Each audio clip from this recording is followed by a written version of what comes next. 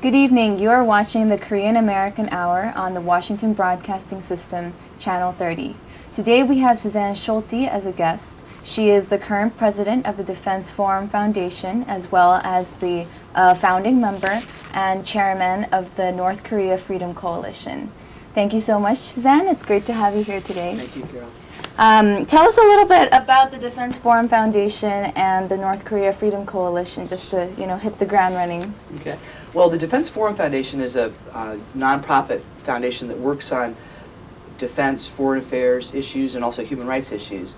And I've been president of that since the late 1980s. And then the North Korea Freedom Coalition is an organization we formed in 2003 for the purpose of raising the profile of the North Korea human rights issue to promote freedom, human rights, and dignity of the North Korean people. Okay, and how long have you been involved in these organizations? Well, let's see, I think 1989 I became the president of the Defense Forum Foundation, and then in 2004 I became the chairman of the North Korea Freedom Coalition. Okay. And what sort of solutions do these organizations advocate for the North Korea human rights crisis? Well, I believe that the solution regarding North Korea is human rights. And unfortunately, we have focused all these decades on the nuclear ambitions of North Korea and the security issues regarding North Korea, and we've failed to address the human rights challenges. And to me, the most important issue when it comes to North Korea is the human rights issues. Mm-hmm. And so I guess on that note, I'm assuming there are a lot of challenges that your organizations face when you advocate for this solution. Yeah, I think that unfortunately, the isolation that North Korea has and the inability for people to go to North Korea to do a survey on the human rights conditions means that it's very difficult to raise these issues. For example, the political prison camps. We know because of satellite photos that hundreds of thousands of North Koreans are being held in political prison camps. But because people can't go in and actually see these camps, even North Koreans can't even see these camps, that it's difficult to raise this issue because people aren't aware of it. Because of these satellite footages, because so many people have escaped, and we've been able to collect eyewitness testimony from survivors of these camps, we know of their existence, we've been able to prove their existence. Mm-hmm. But it's taken many, many years to be able to document this. Mm-hmm. So then, on that note then, if it's taken so many years to document this, what about the advocacy part of it from there? We focus on a number of ways on the advocacy.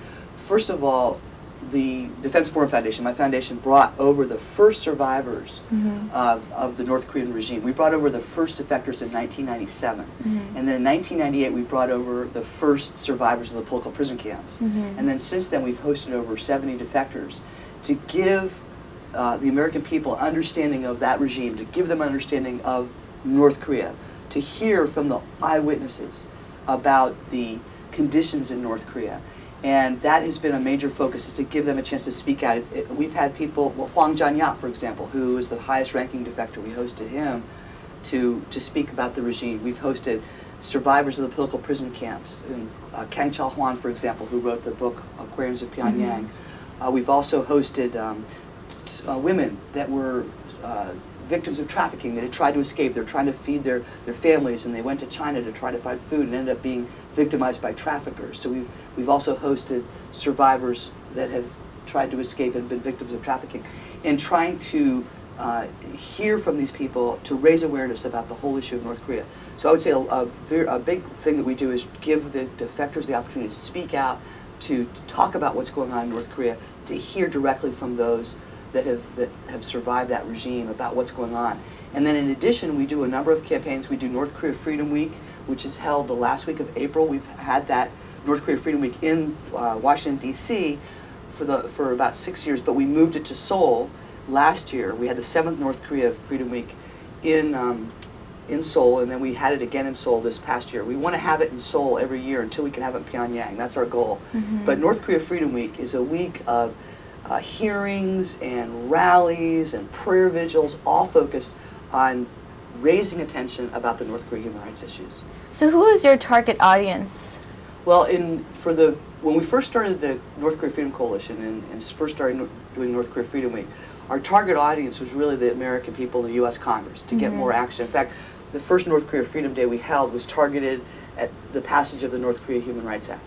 Now it's more of an international campaign. And North Korea Freedom Week in Seoul, of course, the target audience is really South Korea, to get this, to raise the awareness among the South Korean people, because you had a decade of sunshine policy with North Korea, and I believe a lot of people in North Korea, I'm sorry, a lot of people in South Korea, especially a lot of the young people that were going to school during the sunshine policy days, had no idea this was happening.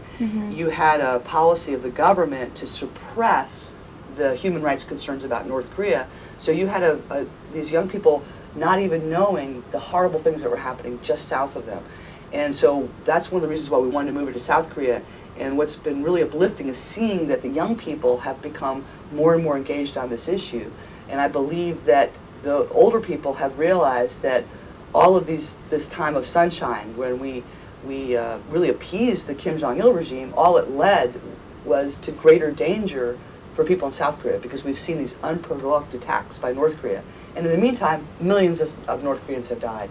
While the United States had the six-party talks, and while the South Korea had this engagement policy, and didn't address human rights issues because they just focused on the nuclear issue, it only led to tragedy and death for people in North Korea and people in South Korea. So actually that's really interesting that you're talking about the different receptions between of the youth in South Korea and then of the older generation. And I was wondering, just because you have such a variety of different activities and different events that you host, what are the different types of reactions that you get from all these different audiences that you're targeting? Well, I believe that the older generation, they understand what communism is. They understand really totally understand the difference between the system of government in North Korea and the system of government in South Korea. And I would say people in the middle range, they've had the prosperity, and they helped create this wonderful, thriving, successful democracy in South Korea. The younger generation, to me, is the real key, because they are going to be the ones that will see unification, which I believe is coming soon. And I believe that they're very inspired to get involved in this. We just see a lot of young people getting involved, both in the United States and in South Korea, that are getting drawn to this issue, because they've come up and they've lived in a time where we do know about these human rights atrocities. 10 years ago, 20 years ago, people believed that there were political prisoner camps, for example, but we couldn't prove it. And now, because of satellite images, and now because of eyewitnesses, we know these atrocities are coming, they're occurring right now. And so therefore, this younger generation that's hearing about this and seeing it and knowing that it's true is more drawn to being involved. So that's kind of how I see the way things are going. And what about lawmakers? How successful has your organization been? Well, it's interesting. The North Korea, North Korea Human Rights Act passed unanimously in the U.S. Congress, which means that Democrats, Republicans, it doesn't matter whether you're from the left or the right, they came together acknowledging that the human rights issues, the human rights concerns of North Korea needed to be addressed. Same thing happened in Japan. Same things happened with the United Nations, that there has been the appointment of a special rapporteur just to look at North Korea's human rights violations. And what's been so frustrating is that in South Korea, they have seen this issue as a political issue, and therefore they've been slow to act on the North Korea Human Rights Act that's before the South Korean Assembly.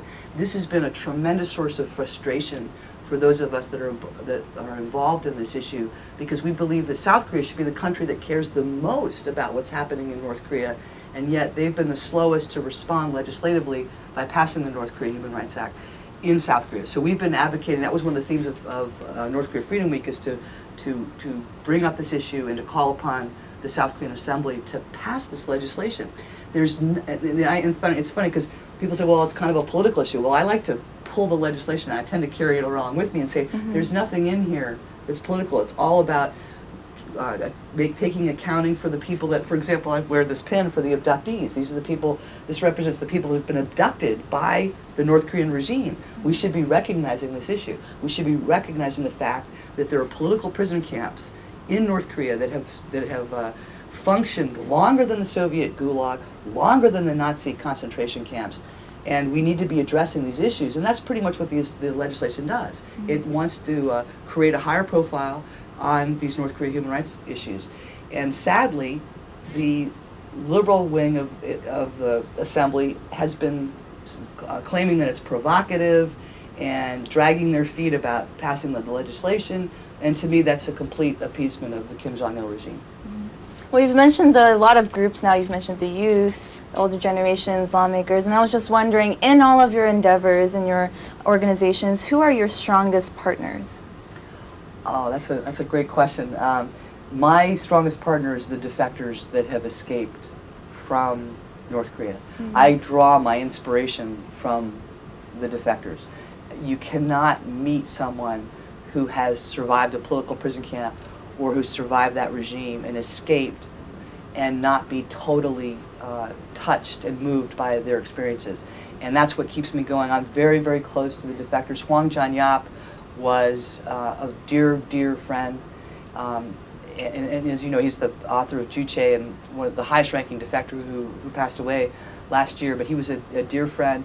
Kim Sung-min, who's the director of Free North Korea Radio, I work very closely with Kim Sung-min and Kim Dong-soo, and there's a Mrs. Kang Soo-jin, who heads the Coalition for North Korea Women's Human Rights, is a dear friend. There's a lot. All the defectors are. And Park Sung-hak, who does the balloon launches. We nickname him Fireball, but he's the one that's going to the DMZ, sending in these balloons that have radios and information to get to the North Korean people. That's where I have draw my inspiration. But in addition, we partner with a lot of different organizations. Our coalition has over 65 organizations that are in the United States, Korea, Japan, and in Europe. We're all drawn to doing what we can to help the people in North Korea and promote human rights there. And speaking of the coalition and all of these different partnerships, you've also been recognized by many different organizations, especially by the Korean community. You were awarded the Seoul Peace Prize, and most recently you were also made an honorary member of the National Unification Advisory Council, especially the Washington chapter. How did this new membership make you feel, and what sort of new partnerships and cooperation do you look forward to? Well, I have to say that of all the people of South Korea, the person perhaps that I have been closest to and who's been the most supportive is Dr. Hyun-Nak Kim. In 2004, Dr. Hyun-Nak Kim came to the first North Korea Freedom Day and brought people from South Korea. And year after year, he's been partnering with us on this issue. In fact, he was the co-chair. When we took North Korea Freedom Week and moved it to Seoul, he was the co-chair for the last 2 years of North Korea Freedom Week. So he's been a very, very close colleague and a dear friend. And for him to be appointed to this important position with the National Unification Advisory Council is just a tremendous, well, it's a tremendous blessing to all the defectors, all the human rights activists, to have someone like him who has such a passion for this issue. But also it's been a tremendous blessing for me personally to have him in this very important position, and I'm very honored that he chose me to be an honorary advisor, and it's a huge honor. It's great. Congratulations once again. And I also wanted to ask you, just because you mentioned all these different projects, in what areas do you think your organizations have been most successful? Well, I guess with the advocacy, I think a couple of things. First of all, the fact that we were able to get the North Korea Human Rights Act passed here. But I think what we've seen has been all these years of bringing a delegation of defectors to be part of North Korea Freedom Week. Now it's the defectors that are leading North Korea Freedom Week. Oh, that's great. They used to be the participants, now they're the leaders. And I think that it's so inspiring for the past 2 years to go and see Kim Sung-min being a co-chair of North Korea Freedom Week, who's been a delegation chair when he came to Washington for the events. Mrs. Kang Soo-jin, Kim Young-il with Peace Corps. These are two defectors that headed the conference that was at the National Assembly. So to see them so involved in leading these organizations and really in leadership positions, that has been truly inspiring.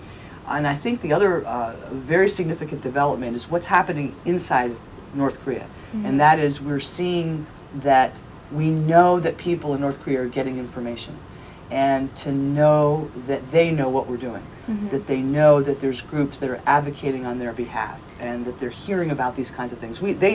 North Koreans know about the North Korea Human Rights Act. They know it passed in the United States. They know it passed in Japan. Mm-hmm. They know that it hasn't passed in South Korea yet, because so much more information is getting in there. And I think that that's one of the things that we're doing. We're trying to get information in there through the radio broadcasting, through Free North Korea Radio, through the balloon launches. We're trying to reach out to the North Korean people with the message that the source of your misery is not South Korea.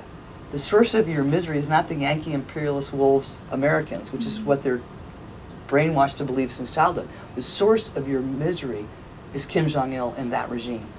And we're on your side. We want to help you. And we're fighting for your human rights, to have the same measure of success, the same abilities, the same chance in life that South Koreans have, that Americans have, and that you're completely denied from having. Sorry, can you tell us a little bit more about the radio project you were mentioning? Sure. We've been partnering with Free North Korea Radio. Mm-hmm. It was founded by Kim Sung-min, who was a defector, as I mentioned, and it started out as an internet broadcast, and we were able to win a State Department grant that helped bring the broadcast up to 5 hours a day. Mm-hmm. During the time that Free North Korea Radio was broadcasting 5 hours a day, it became the most popular radio show broadcasting into North Korea. This is based on independent surveys of North Koreans who had fled the regime, and they were interviewed in China and in South Korea to see what radio station were you listening to in North Korea. Free North Korea Radio outperformed every broadcaster. Wow. It was amazing. But our belief was that there's nothing more powerful than the North Koreans themselves living in the freedom of South Korea, reaching out to North Koreans living in enslavement under Kim Jong-il. That there would be nothing more powerful for them to hear these messages, to hear news and information, to hear the truth about history, whether it was the Korean War or whether it was about South Korean prosperity, to hear this true information coming from the defectors themselves has been so powerful, because they can't dismiss it as propaganda. They know it's their own people talking to them. Mm-hmm. And that's what we believe, and it became very popular.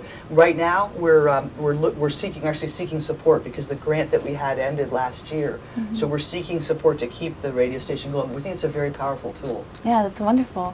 And it seems that you really have sort of an insider's access to a lot of the defector stories and information, and just stories about North Korea and what the North Korean people know. You must have heard so many different testimonies from several defectors. Is there any common theme or a thread in these testimonies that you could share with us? Well, I think that the thing that I've learned is that you cannot destroy the human spirit. You can live under this regime. You can be, brainwashed since birth to worship Kim Jong-il and be a slave to the Juche ideology, but you cannot destroy the human spirit. And that's what I see again and again and again, that these North Koreans that have escaped have triumphed over this very evil regime and this very evil place.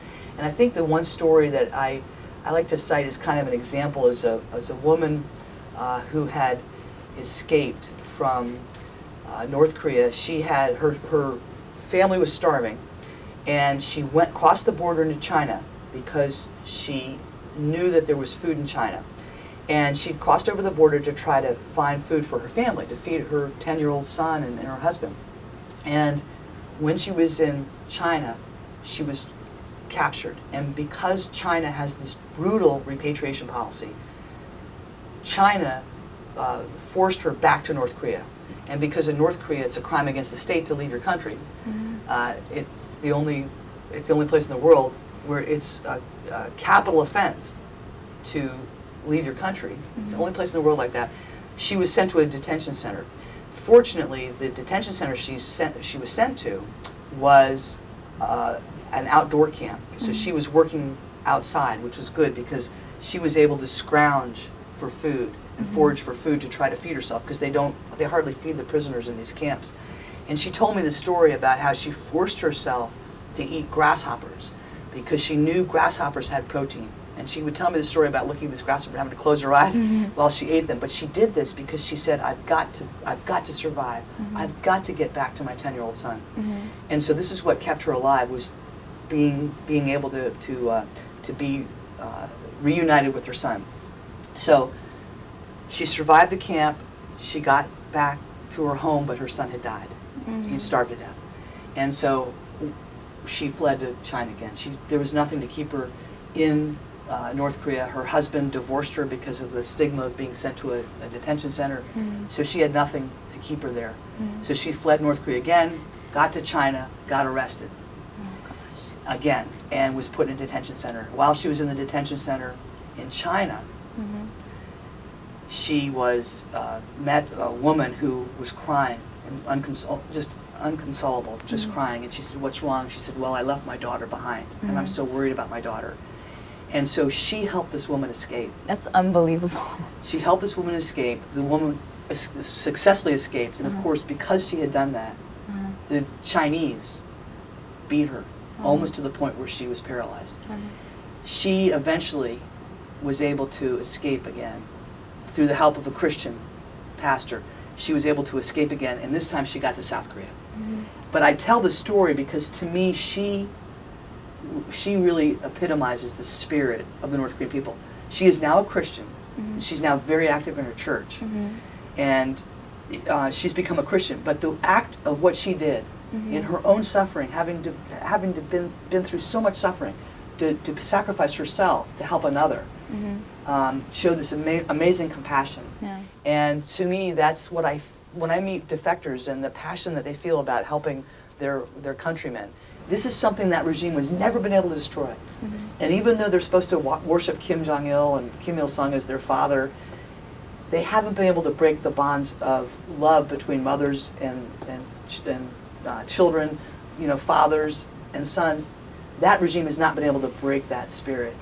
And so that's why I think of her as kind of the triumph of that spirit. And think about the fact that when North Korea opens up, as a Christian woman, she's going to be going back to North Korea and be able to really help other people to overcome the horrible things that they're suffering by being, unfortunately, having been born in that country. Yeah, that's really amazing. And I think, that's just one of that story is just an example of the many things that I think the public is just not aware of in terms of what's going on, the policies that are in place that are not just. And I was just wondering, I think most of the public does know that North Korea has a terrible human rights situation. But, you've already shared so much that most don't know. Is there anything that you feel that the public should definitely know, if there was anything that, in terms of that you could share as someone who's in this world? Sure. I think people have asked me a number of times, why do you care about this? You're not even Korean.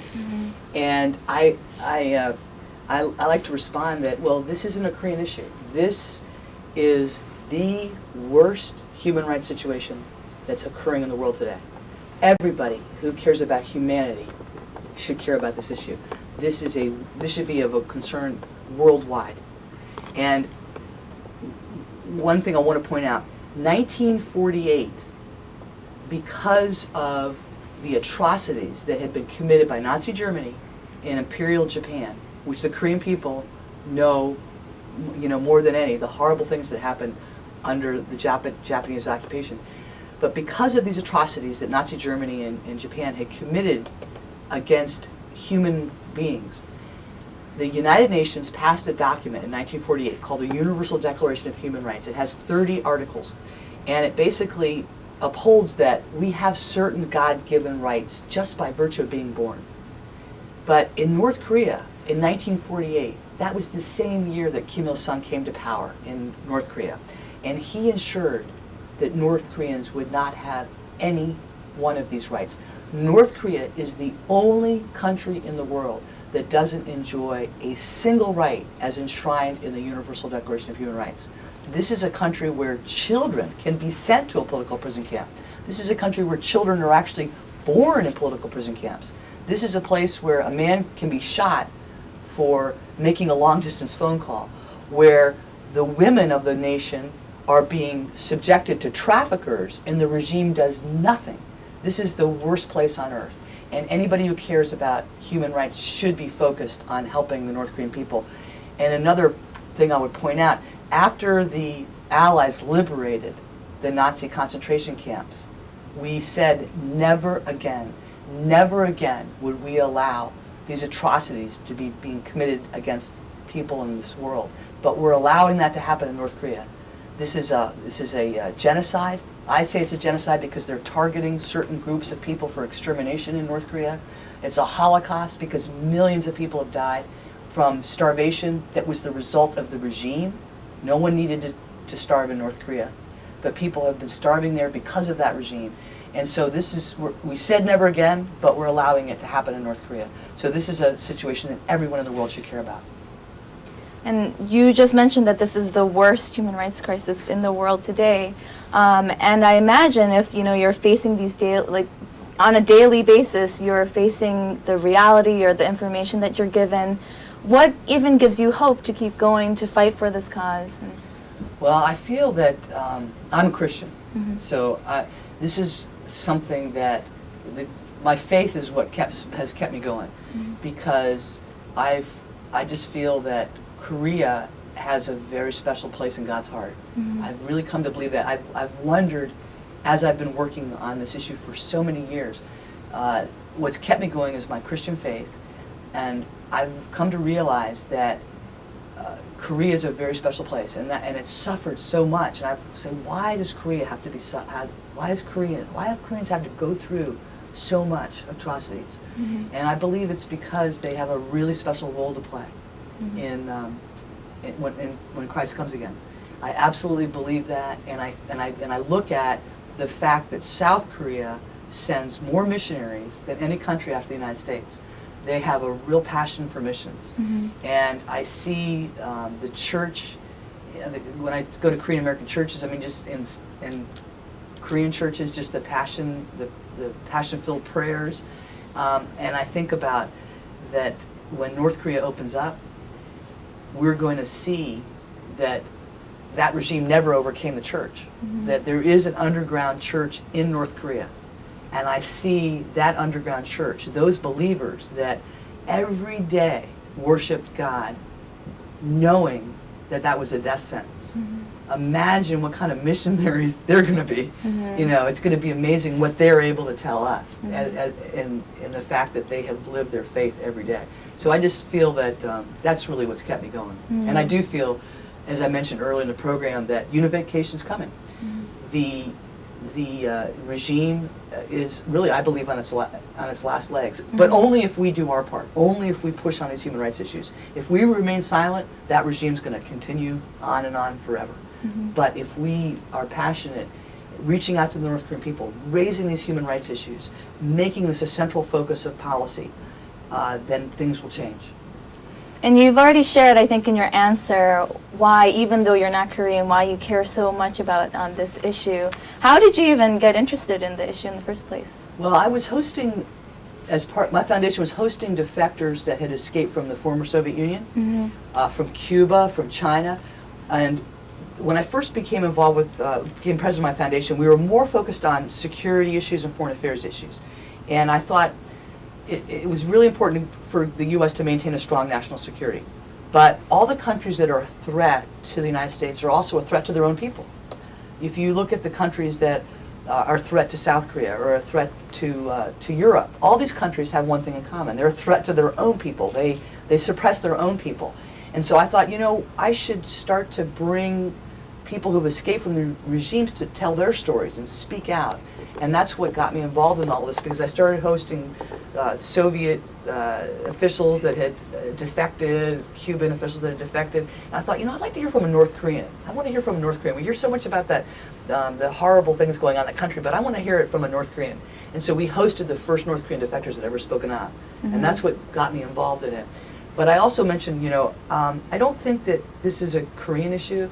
And I think, I like to point out that when I go to speak somewhere and somebody asks me that question, and I say, well, if I had come to talk to you about the Holocaust, you wouldn't say, why do you care? You're not Jewish. That wouldn't even come in your mind. Or if I came to tell you about what happened in Rwanda, or what was going on in Sudan right now, you wouldn't say, well, why do you care? You're not an African. But when it comes to this issue, some people ask that question. But it has nothing to do with, as I mentioned, it's a human rights issue that we should all care about. And on that note, it's a human rights issue that we should all care about. How can we take action? How can we care about the issue? Well, I would love for people to consider getting involved in the North Korea Freedom Coalition. Our coalition is, we have people of all religious faith, all ages. We have retired people. We have high school students that are members of the coalition. We have even our vice chairman. We have a Jewish rabbi, a South Korean pastor, a Korean American businessman. So it's a whole mix of people. But I think that it's also very important to partner with the defector organizations. I would encourage churches and Christians to partner with the North Korean defector churches that have grown in South Korea. There are now 12 North Korean defector churches that are in South Korea, and they very much need support and help from the church community, because all of their parishioners, of course, are defectors. And so these are defectors that are trying to build their lives in South Korea, so naturally they would be struggling because they don't have access to sources of really the kind of resources that a South Korean church that's established might have. So these North Korean defector churches are a great missions opportunity for Korean American churches, for Korean American church Christians to partner with. So I highly recommend that. Supporting the Coalition for North Korea Women's Solidarity is another group that it would be wonderful if people are drawn to help women that have been victims of trafficking, to help them rebuild their lives. The Coalition for North Korea Women's Solidarity is a wonderful organization to partner with. If people are interested in reaching out, getting information into North Korea, then Free North Korea Radio, Fighters for Free North Korea, which is headed by Park Sun-hak, that's doing the balloon launches. They need resources. All these groups are ones run by defectors, and they need resources. So I think that getting involved in the advocacy with the coalition and then supporting and partnering one of the defectors groups would be the best way to be involved. And I know you're also hosting an event that's coming up in the fall, right? Right. We are hosting an event called the International Protest to Save North Korean Refugees. And just to explain the situation, we know that hundreds of North Koreans have crossed the border. They started crossing the border when there was a famine in North Korea. This started to happen in the 1980s, 1990s, during the height of the famine, especially in the 1990s and earlier part of the 2000s up until recent years. It's still happening. What's drawing them to China is they're faced with this difficult choice. Do I stay here and starve to death in North Korea, or do I take my chances going to China and trying to find work? And so what happened is people started to cross the border, even though the regime told them, don't go to China. China's having a civil war. Things are maybe hard in North Korea, but it's even worse in China. Well, of course, those first defectors that crossed the border and saw China, they were shocked because China was so prosperous. People in China had electricity all day long, which they don't have in North Korea. People had cars, but most important, people had food. In fact, there was one North Korean woman who was a doctor in Pyongyang. She crossed the border and into China, and she noticed when she saw this little house in this village that there was a bowl on the ground with meat in it, and she was shocked because this was for a dog, and she concluded that the dogs in China ate better than the doctors from North Korea. So people started crossing the border, and soon word spread in North Korea that that there was all this prosperity in China. So more and more people crossed the border. Now, China, instead of honoring its international treaty obligations, which obligates it not to repatriate North Koreans, it's a signatory to the Refugee Convention and Protocol, because China knows that if it arrests a North Korean, forces them back to North Korea, that they will most definitely be tortured, most definitely be imprisoned, and in some cases executed because they fled the country. Despite that, China forces them back because they signed an agreement with North Korea to force the refugees back. So what has that caused? That has caused these North Koreans to be extremely vulnerable. And 80% of the North Korean refugees that cross the border, most of them are women, 80% of them that are female end up being victimized by traffickers. They are sold to Chinese men because there's a shortage of women in China because of the one-child policy. They're sold into brothels.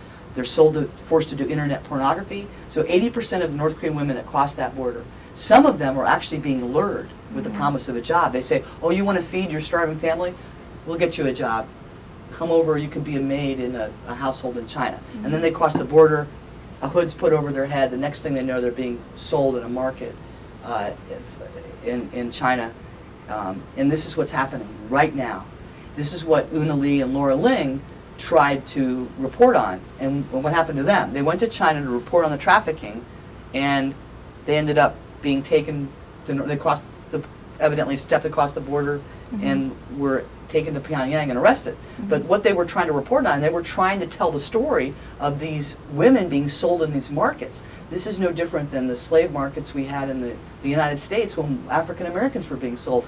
This is happening right now. And so in addition to the women being subjected to trafficking, you also have orphans that have been starving children that have come over the border. They may have come over with a parent who died, but they're ended up in an orphanage in China being sheltered. Almost all of them are Christians that are sheltering these orphans. But they can't go to school. They can't leave the shelter they're in because if they get caught, they'll be forced back to North Korea. And as I mentioned earlier, this is a place where, North Korea is a place where children are in political prison camps. So this is a horrific situation. It's totally caused by China.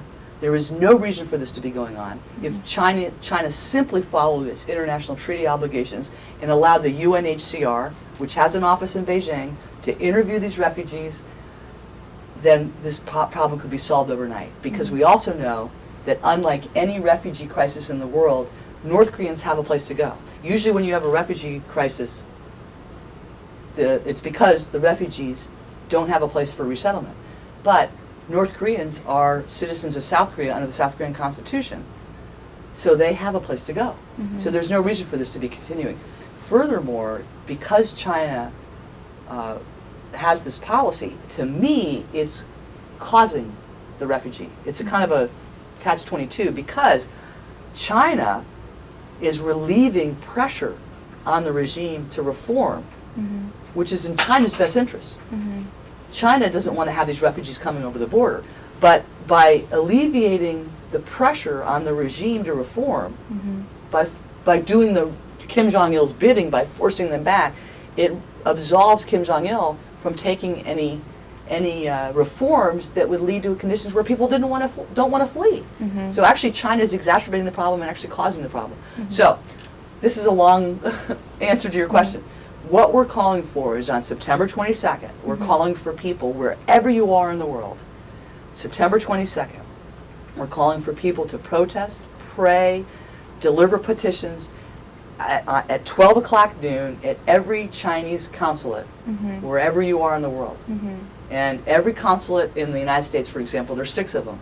There will be a demonstration or a prayer vigil or the delivery of a petition. There's 10 countries where this is going to happen. We're just calling on people to get involved, to show the Chinese, we know this is happening. We're sympathetic. We don't want you to have to deal with this refugee problem, but use the mechanisms that are there. Honor the international treaty obligations. Work with the UNHCR. Don't force these refugees back to North Korea. We're simply calling on China to stop this inhumane and barbaric treatment of these helpless people that are being persecuted. So that's what we're doing, September 22nd, 12 o'clock noon. All right. So September 22nd, 12 o'clock noon. Well, thank you so much, Suzanne. It was so inspiring just to hear all the different stories that you told us and shared with us. And hopefully people will be taking more action and learning more, and it'll cause them to search for more information after today. This is Korean American Hour on Washington Broadcasting System with Suzanne Scholte. Have a good evening.